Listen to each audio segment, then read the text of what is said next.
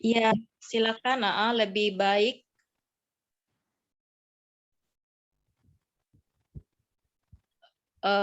Ya.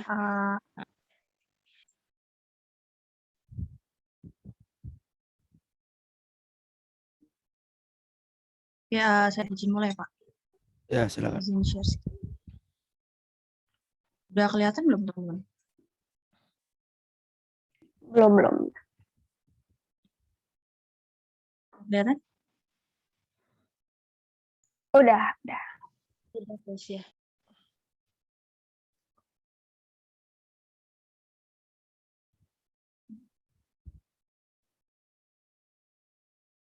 Nge-freeze lagi. Ngeselin. Iya.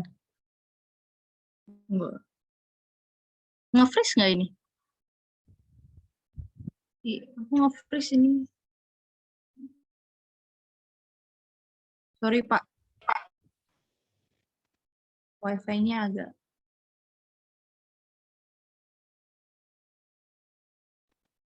Udah kelihatan?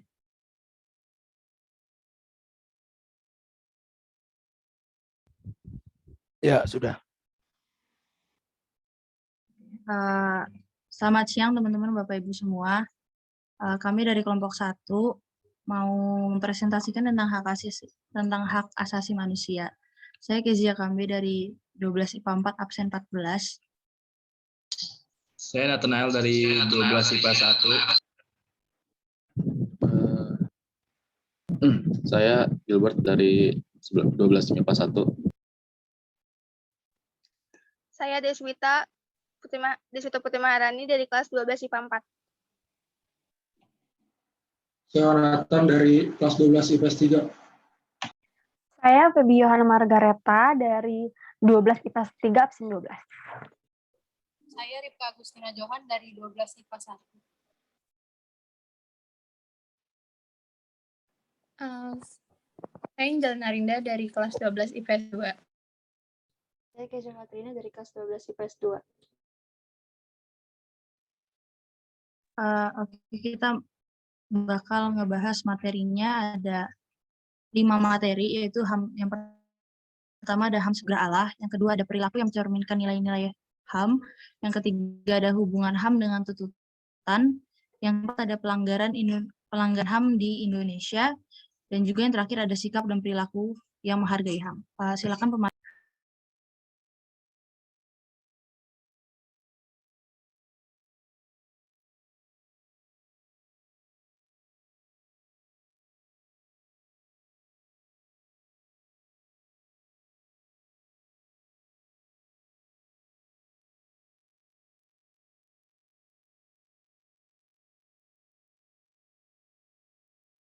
Yang pertama, kita akan bahas pengertian HAM.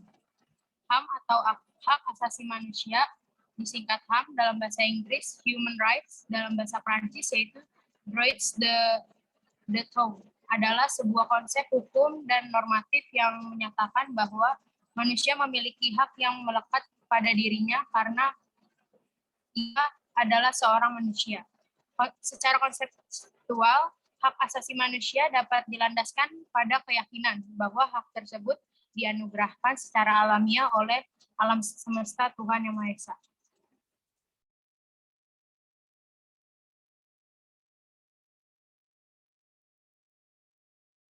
HAM di Indonesia.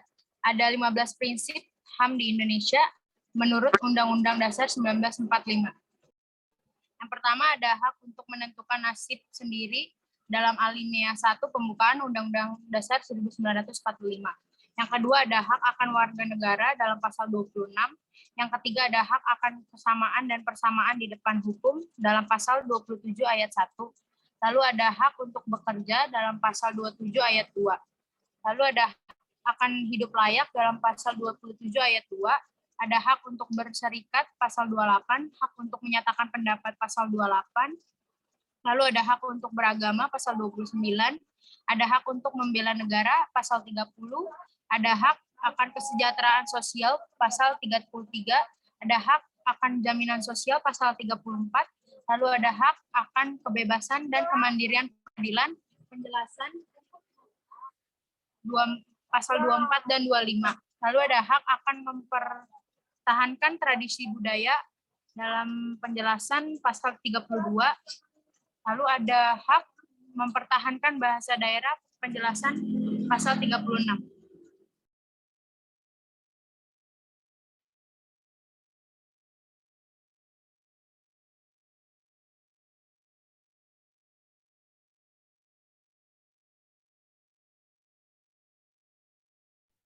Lalu ada hak dan kewajiban asasi manusia dalam Pancasila. 1. Ketuhanan yang Maha Esa. 2. Kemanusiaan yang adil dan beradab. 3. Persatuan Indonesia. 4. Kerakyatan yang dipimpin oleh hikmat kebijaksanaan dalam permusyawaratan perwakilan. 5. Keadilan sosial bagi seluruh rakyat Indonesia.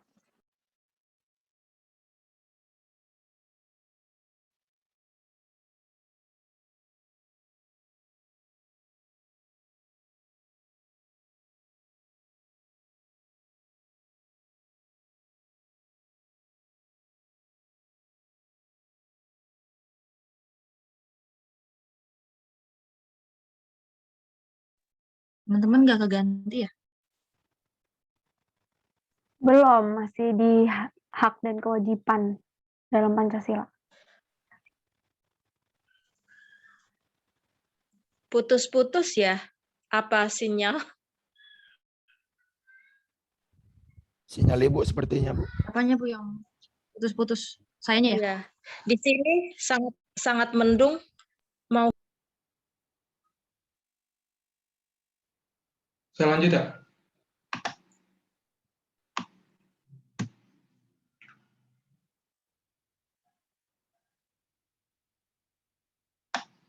Boleh, silakan. Selanjutnya kita akan membahas landasan HAM di Indonesia. Setiap manusia tanpa terkecuali memiliki HAM atau hak asasi manusia. Sudah seharusnya HAM dijamin secara penuh oleh negara. Karena HAM adalah hak dasar setiap manusia di bumi. Berdasarkan Undang-Undang Nomor 39 Tahun 1999 tentang hak asasi manusia, pengertian hak asasi manusia ialah seperangkat hak yang melekat pada keberadaan manusia sebagai makhluk ciptaan Tuhan Yang Maha Esa, yang wajib dihormati, dijunjung tinggi, serta dilindungi oleh negara.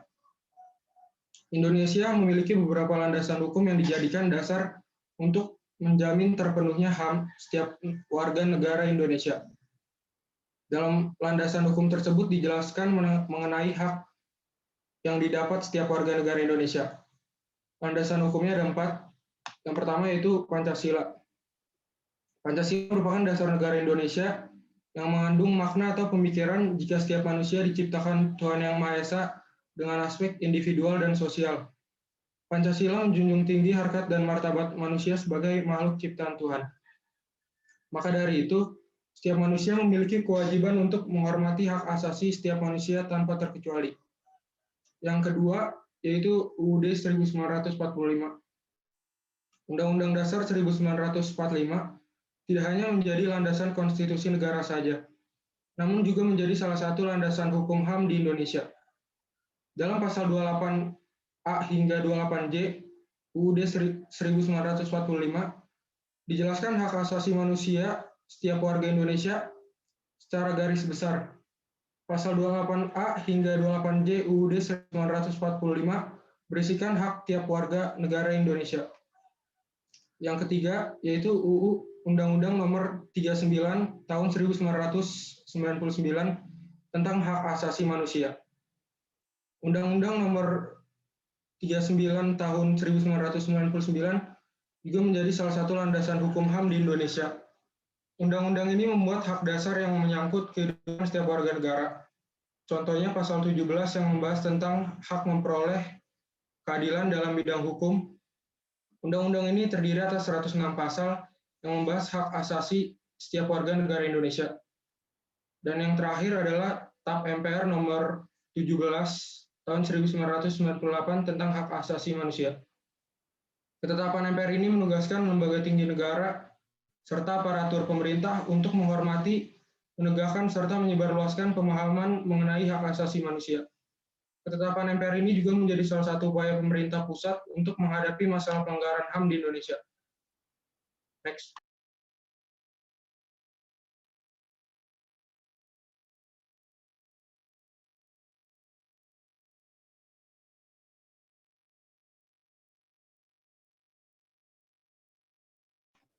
Hak asasi manusia dalam iman Kristen beranjak dari dua pokok utama.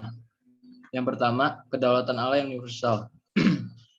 Hak asasi manusia adalah hak paling asasi yang dilekatkan dan diletakkan oleh Allah pada setiap manusia, semata-mata karena ia adalah manusia, makhluk ciptaan Allah. Ketika Allah menciptakan manusia, ia sendiri yang menghembuskan napas kehidupan ke hidup manusia, sehingga manusia itu bisa hidup. Tidak ada seorang pun atau lembaga apapun yang termasuk negara yang mempunyai kuasa untuk membatalkan hak-hak tersebut. Hukum pertama dalam 10 hukum adalah jangan ada padamu Allah yang di depanku. Artinya tidak ada yang boleh berkuasa atas manusia atau sesamanya. Hanya Allah yang berkuasa atas manusia. Yang kedua, manusia diciptakan menurut gambar dan rupa Allah. Manusia adalah pribadi yang utuh di hadapan sesamanya dan di hadapan Allah dan bertanggung jawab langsung kepada Allah. Tidak ada yang lebih atau kurang. Perbedaan latar belakang tidak sedikit pun mengurangi atau menambah kesamaan manusia di hadapan Allah. Oleh karena itu, manusia harus saling menghargai, bertanggung jawab terhadap dirinya sendiri, dan memelihara kehidupan dengan sesamanya dan dengan alam semesta, demi kesejahteraan seluruh umat.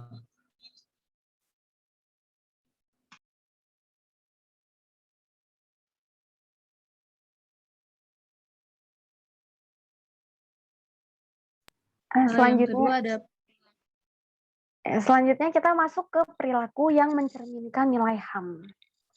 Next.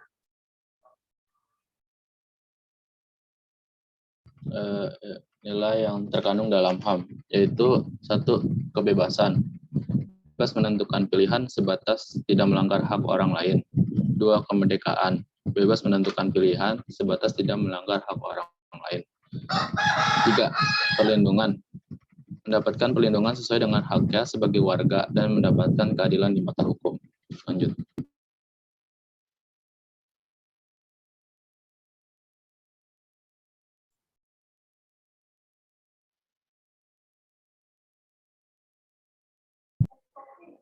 Sekarang kita masuk ke nilai-nilai dalam HAM.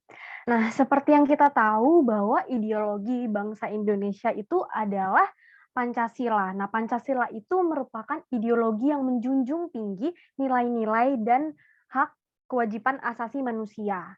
Nah, HAM itu meliputi serangkaian hak-hak termasuk hak untuk hidup, hak untuk beragama, hak untuk tidak disiksa, hingga hak untuk diperlakukan sama di mata hukum.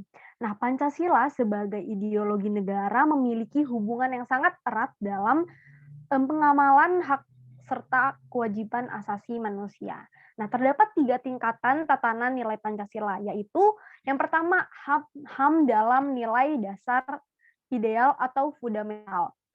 Nah, ini tuh maksudnya nilai dasar adalah nilai-nilai dasar yang mempunyai sifat tetap tidak berubah, dan nilai-nilai ini terdapat dalam pembukaan UUD 1945. Nah, emang nilai-nilai dasar di sini tuh maksudnya apa sih? Jadi nilai-nilai dasarnya itu adalah nilai-nilai dasar Pancasila, seperti ketuhanan, kemanusiaan, persatuan, kerakyatan, dan keadilan sosial. Yang kedua itu adalah HAM dalam nilai instrumental. Di sini nilai instrumental adalah penjabaran lebih lanjut dari nilai dasar atau nilai ideal secara lebih kreatif dan dinamis dalam bentuk UUD 1945. Dan yang ketiga, HAM dalam nilai praksis. Nilai praksis adalah nilai yang sesungguhnya dilaksanakan dalam kehidupan nyata sehari-hari, baik itu dalam kehidupan bermasyarakat, berbangsa, dan bernegara. Jadi singkatnya, HAM dalam nilai dasar ini merupakan dasar dari segalanya dan ini tidak bisa berubah. Ini sifatnya tetap. Dan yang kedua itu HAM dalam nilai instrumental, itu maksudnya adalah penjabaran lebih lanjut dari nilai dasar dan ini sifatnya bisa berubah-berubah. Dan yang ketiga itu adalah HAM dalam nilai praksis. Ini maksudnya adalah nilai yang benar-benar dilakukan gitu. Dan hal-hal dan sifat ini bisa berubah-berubah seperti itu. Dan sekarang kita masuk ke contoh hubungan HAM dengan Pancasila. Yang pertama tentunya sila pertama Pancasila yang berbunyi ketuhanan yang Maha Esa yang dilambangkan dengan bintang. Teman-teman sekalian dan guru-guru bisa lihat di slide.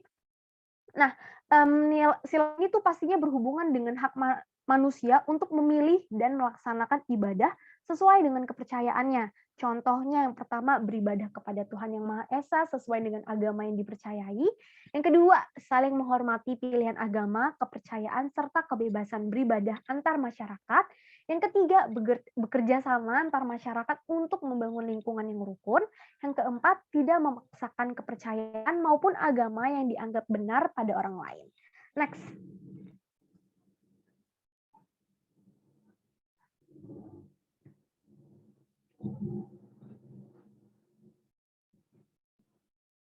Oke.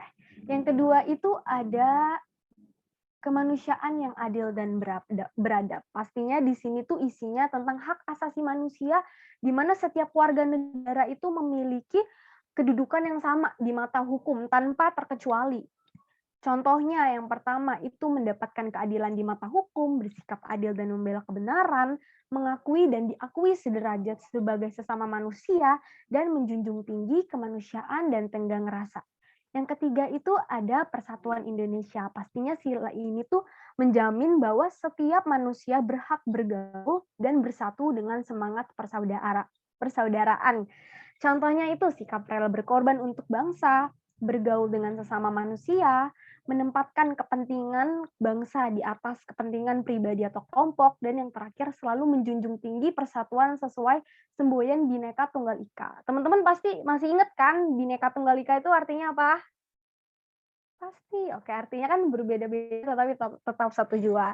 Oke, selanjutnya itu ada sila keempat, kerakyatan yang dipimpin oleh hikmat kebijaksanaan dalam permusyawaratan perwakilan. Nah, di sini tuh menyatakan atau mengakui bahwa hak milik perorangan warga negara Indonesia dilindungi pemanfaatannya oleh negara. Nah, contohnya berpendapat serta menghormati pendapat orang lain. Yang kedua, tidak memaksakan pendapat pribadi. Yang ketiga, mengutamakan musyawarah dan mendapatkan keputusan dalam kepentingan bersama. Dan yang terakhir, bertanggung jawab atas setiap keputusan musyawarah. Dan yang sila kelima, keadilan sosial bagi seluruh rakyat Indonesia. Pastinya ini isinya tentang keadilan sosial tanpa membeda-bedakan satu sama lain. Nah, contohnya itu memiliki sesuatu secara perorangan serta menghormati orang lain melakukan hal serupa. Yang kedua, senantiasa bekerja keras dan menjauhi sifat boros atau bermegah-megah atau yang disebut juga hedonisme. Lalu saling menghargai hasil karya orang lain. Yang terakhir, memberi pertolongan kepada orang yang membutuhkan. Next. Oke, sekarang kita masuk HAM menurut iman Kristiani. Tadi kan udah masuk HAM menurut general gitu secara umum. Sekarang ke iman Kristiani. Nah, yang pertama itu karunia dan anugerah maksudnya. Nah, di sini tuh dalam iman Kristen, kehendak bebas ini sebenarnya adalah tujuan karunia Roh Kudus, sehingga sebaiknya patut diketahui bahwa ini pemberian dari Allah yang mencintai manusia. Jadi di sini maksudnya kita udah punya hak, Tuhan itu kasih Roh Kudus ke kita. Gunanya apa sih Roh Kudus itu? Ya untuk menjaga kita, untuk membimbing kita ke jalan yang lebih baik lagi. Karena kadang manusia itu tuh nggak punya kontrol, kita nggak punya rem untuk melakukan hak-hak kita. Jadi Roh Kudus kasih kita, Tuhan kasih kita Roh Kudus supaya ada yang ngerem gitu, ada yang ingetin kita, ini nggak boleh dilakuin, ini nggak boleh dilakuin, seperti itu. Dan yang kedua itu ditetapkan Allah. Di sini HAM diberikan Tuhan bukan dengan inti manusia bisa semaunya, namun di sini Allah membatasi kehendak manusia supaya tetap berjalan sesuai dengan ketetapan Allah. Nah, kita udah dikasih HAM, kita nggak boleh seenaknya, kita pasti harus bayar harga gitu untuk itu. Kita nggak boleh bebas-bebasan karena Tuhan sayang sama kita, Dia kasih kita Roh Kudus, kita nggak bisa seenaknya. Kita harus tetap tanya Tuhan, Tuhan boleh nggak sih pakai ini? Tuhan boleh nggak sih ngelakuin ini? Kayak gitu. Dan yang ketiga itu kebebasan terarah. Nah, dalam arti ini merupakan kebebasan yang mutlak, namun tetap terarah karena Tuhan tidak ingin umatnya jatuh dalam dosa yang lebih dalam. Sehingga dalam memilih dan melakukan kehendaknya tetap harus disadari oleh firman Tuhan. Nah, disinilah firman Tuhan bekerja sebagai filter yang membantu untuk mengarahkan keputusan-keputusan manusia. Jadi di sini pentingnya kenapa sih kita harus membaca Alkitab tiap hari, supaya kita tuh ngerti maunya Tuhan apa sih. Tuhan udah kasih kita hak, kita juga harus tahu Tuhan maunya apa ya dari kita.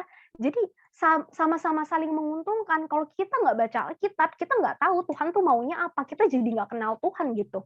Nah, yang keempat itu buah Roh Kudus. Nah, di sini nilai-nilai HAM menurut iman Kristen tetap harus mengutamakan buah-buah Roh Kudus dalam kehidupan.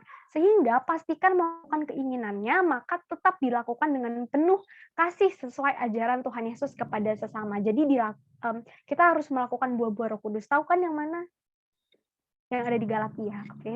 Yang kelima ada kebaikan. Nah, yang terakhir tentunya penting untuk memahami bahwa pelaksanaan hak asasi manusia atau kehendak bebas sebagai perbedaan antara talenta dan karunia roh Allah diberikan untuk mendatangkan kebaikan. Jadi hak-hak yang udah dikasih Tuhan ke kita harus memanfaatkannya dengan sebaik-baiknya. Kita harus buat kebaikan, jangan keburukan. Nah, selanjutnya itu ada contoh pelanggaran HAM dalam Raja-Raja. Ini dalam 1 Raja-Raja 21 ayat 1 sampai 16.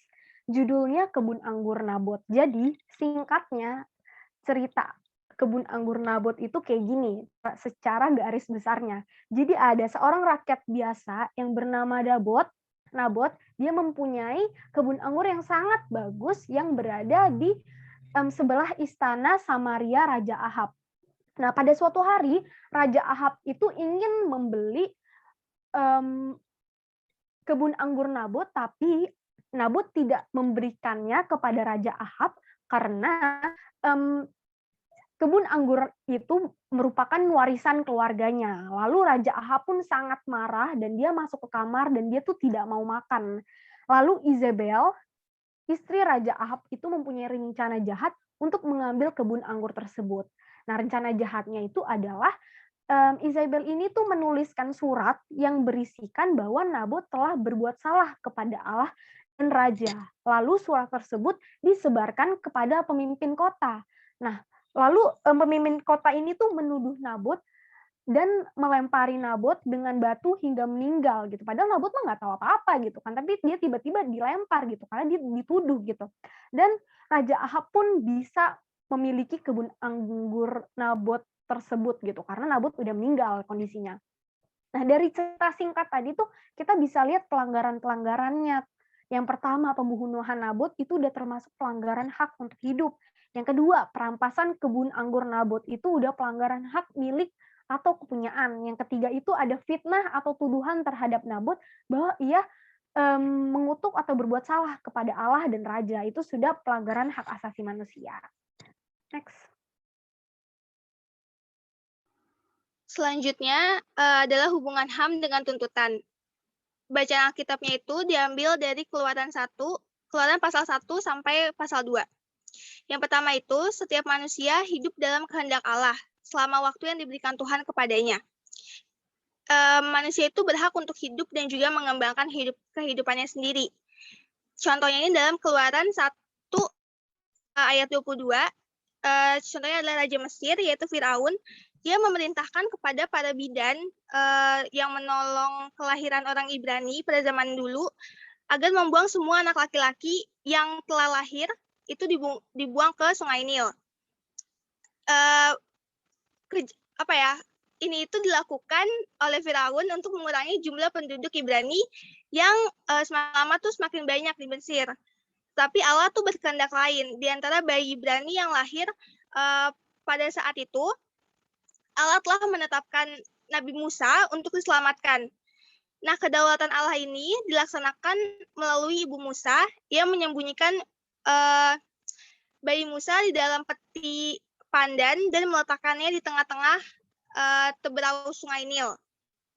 Nah, lalu atas kedaulatan Allah, akhirnya Musa pun ditemukan dan diambil oleh putri Firaun. Dan diangkatlah Musa menjadi anak putri Firaun. Musa ini dibesarkan di istana Firaun sebagai anak bangsawan. Namun Allah tetap meneruskan rencananya melalui Musa untuk membebaskan bangsa Israel dari perbudakan Mesir. Yang kedua itu, ada Allah mencipta ulang manusia di dalam Kristus sebagai teladan hidup manusia yang sejati dan teladan ketaatan mutlak kepada Allah, karena dialah oknum Allah yang kedua. Nah, di sini tuh bisa dilihat Allah tuh sangat amat baik ya ke kita. Dia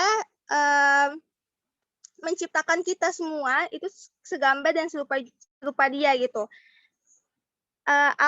Tujuan Allah untuk mencipta ulang manusia serupa dan segambar dengan dia itu adalah sebagai teladan hidup manusia yang sejati dan juga menjadi teladan ketaatan mutlak kepada Allah gitu. Selanjutnya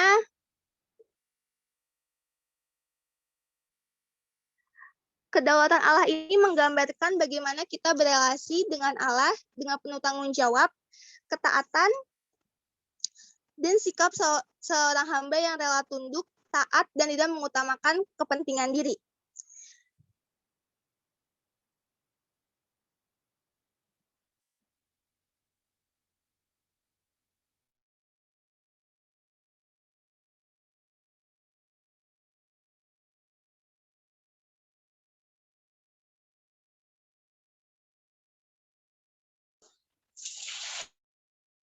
Terputus ya?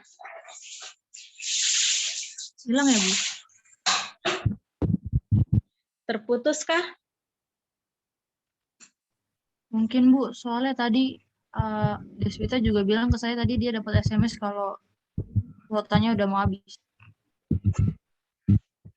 Oh. Ada lagi anggotanya yang belum? Ada, Bu.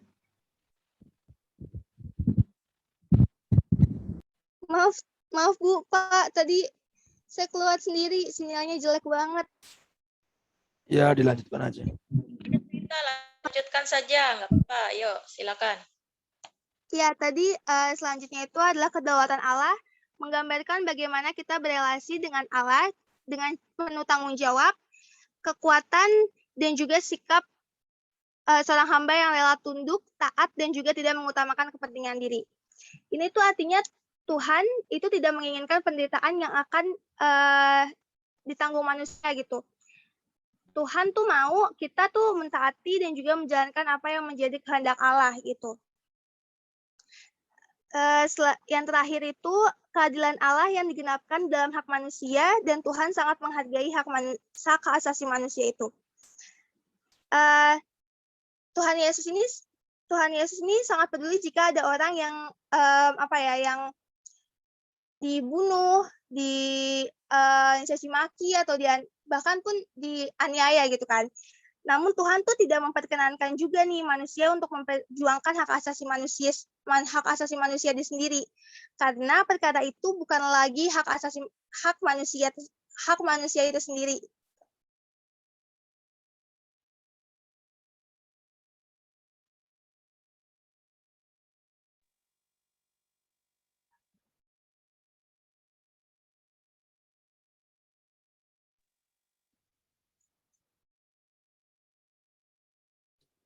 Oke, sekarang saya akan bahas pelanggaran HAM yang ada di Indonesia. Next.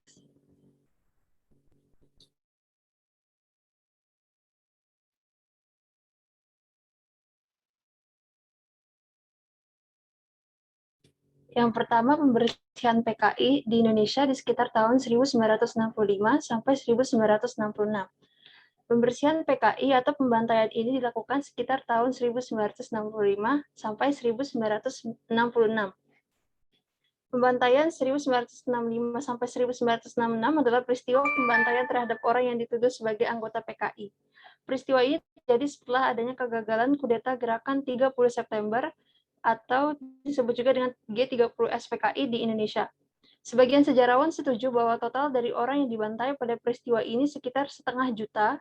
Lalu suatu komando angkatan bersenjata juga memperkirakan bahwa total orang yang dibunuh adalah sekitar 450.000 sampai 500.000 orang. Kedua ada penembakan misterius atau disebut juga dengan Petrus di tahun 1982 sampai 1986. Penembakan misterius atau disebut juga dengan Operasi Celurit merupakan operasi rahasia yang dilakukan saat masa pemerintahan Presiden Soeharto. Petrus ini dilakukan untuk mengurangi kejahatan yang saat itu menjamur di Indonesia. Orang-orang yang ditargetkan pada penembakan ini adalah preman, begal, orang-orang yang mencurigakan. Tapi menurut rumor di sekitar, bukan hanya preman saja yang dibunuh, melainkan orang-orang yang tidak bersalah, seperti pedagang dan orang-orang bertato. Akibat dari hal ini, pada tahun 1983, tercatat bahwa ada 532 orang tewas dan 367 orang tewas karena tertembak. Lalu di tahun 1984, ada 107 orang tewas dan 15 orang tewas ditembak. Di tahun 1985, tercatat 74 orang tewas dan 28 diantaranya tewas tertembak. Banyak dari korban Petrus ditemukan dengan kondisi tangan dan lehernya terikat. Biasanya mayatnya dimasukkan ke dalam karung, lalu ditinggalkan di pinggir jalan, di depan rumah, dibuang ke sungai maupun laut. Next.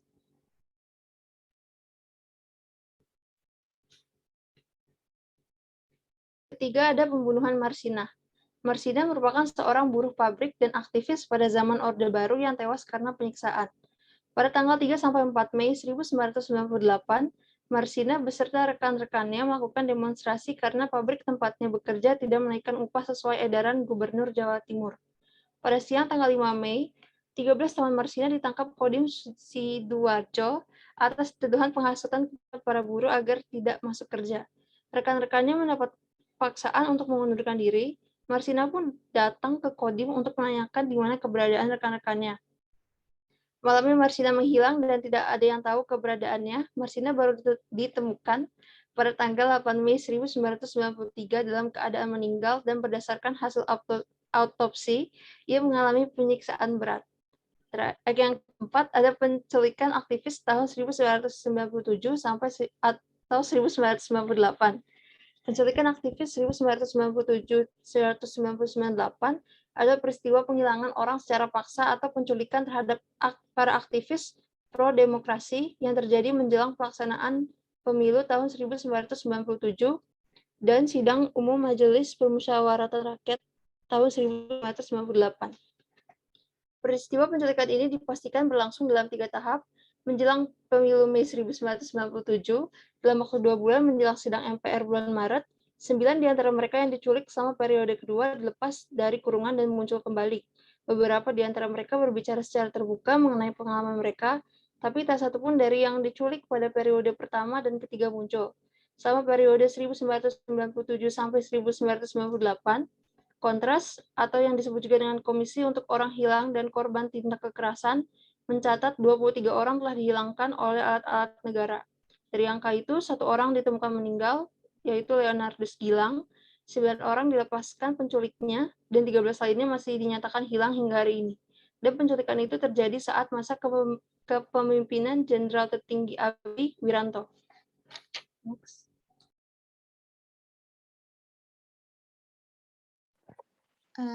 Yang kelima ada tragedi Talang Sari yang terjadi di tahun 1989. Tragedi Talang Sari yang terjadi di Lampung pada 7 Februari 1989 termasuk dalam salah satu pelanggaran HAM berat di Indonesia. Pada masa tersebut, Soeharto mengadakan program pedoman penghayatan dan pengamalan Pancasila atau P4. Program ini banyak menyasar masyarakat Islam yang kritis terhadap pemerintah Orde Baru. Sampai akhirnya hal tersebut memancing reaksi kelompok Islam di Indonesia, termasuk kelompok Warsiri di Lampung. Akhirnya kelompok Warsiri dituduh radikal dan mendapat perlakuan represif dari militer serta polisi yang menyebabkan tragedi pembantaian. Dalam tragedi tersebut, ada sekitar 130 orang tewas dan 229 dianiaya. Yang keenam ada tragedi Rumah Gedong Aceh. Tragedi Rumah Gedong Aceh merupakan tragedi penyiksaan oleh aparat TNI terhadap masyarakat Aceh selama masa konflik Aceh. Salah satu kasus pelanggaran HAM di Indonesia ini terjadi di sebuah rumah tradisional Aceh yang merupakan markas TNI di Desa Bili. Rumah tersebut menjadi tempat penyiksaan kejam saat konflik tersebut berkecamuk. Next.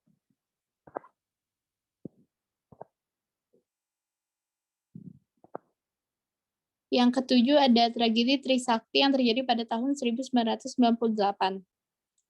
Tragedi Trisakti merupakan salah satu kasus pelanggaran HAM di Indonesia yang akan selalu dikenang. Pada 12 Mei 1998, terjadi peristiwa penembakan terhadap mahasiswa demonstran di Trisakti yang menuntut Soeharto turun dari jabatan presiden. Ada 4 orang mahasiswa yang tewas dalam tragedi tersebut, yakni Elang Mulia Lesmana, Hafidin Royan, Hedriawansi, dan Heri Hartanto. Yang ke-8 ada tragedi Semanggi 1 dan kedua. Tragedi Semanggi merupakan dua rangkaian kejadian protes masyarakat terhadap sidang istimewa MPR yang mengakibatkan tewasnya rakyat sipil. Tragedi di Semanggi 1 terjadi pada 11 sampai 13 November 1998 dan menyebabkan 17 warga sipil tewas. Tragedi Semanggi 2 terjadi pada 24 September 1999 dan menyebabkan 12 orang tewas, 1 mahasiswa, serta 217 korban luka-luka.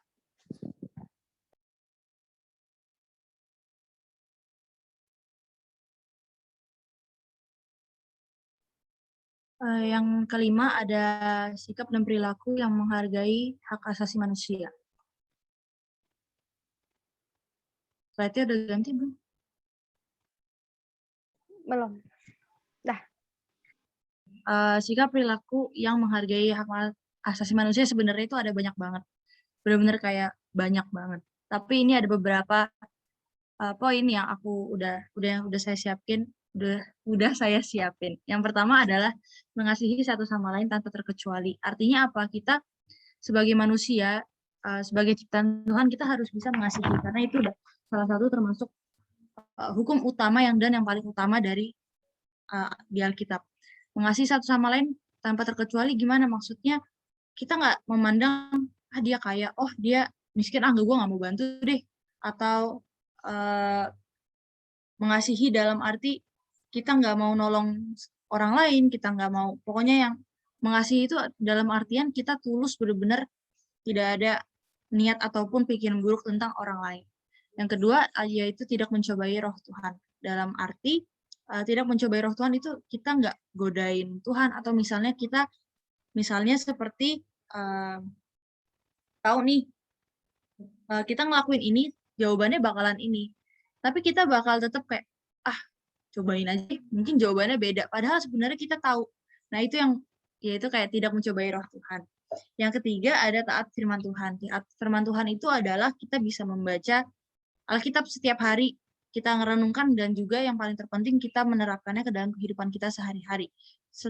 Kalau kita cuma baca doang tapi nggak nerapin, itu sama aja kayak makan tapi nggak minum gitu.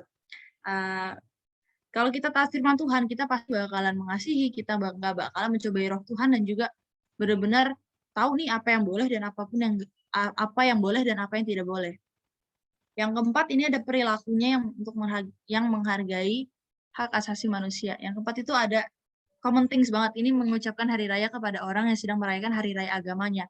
Seperti kita sesama Kristen Natal, ataupun ke orang yang merayakan hari raya agamanya, Idul Fitri, Waisak, Nyepi, dan lain segalanya itu kita ngucapin dengan bukan sekedar hanya tulisan ataupun oh ya Merry Christmas ya gitu. Tapi kita bener kayak ada rasa yang memang benar-benar kita ngucapin mereka untuk menghargai mereka gitu. Yang kelima ada menerima apapun pendapat yang diberikan orang lain.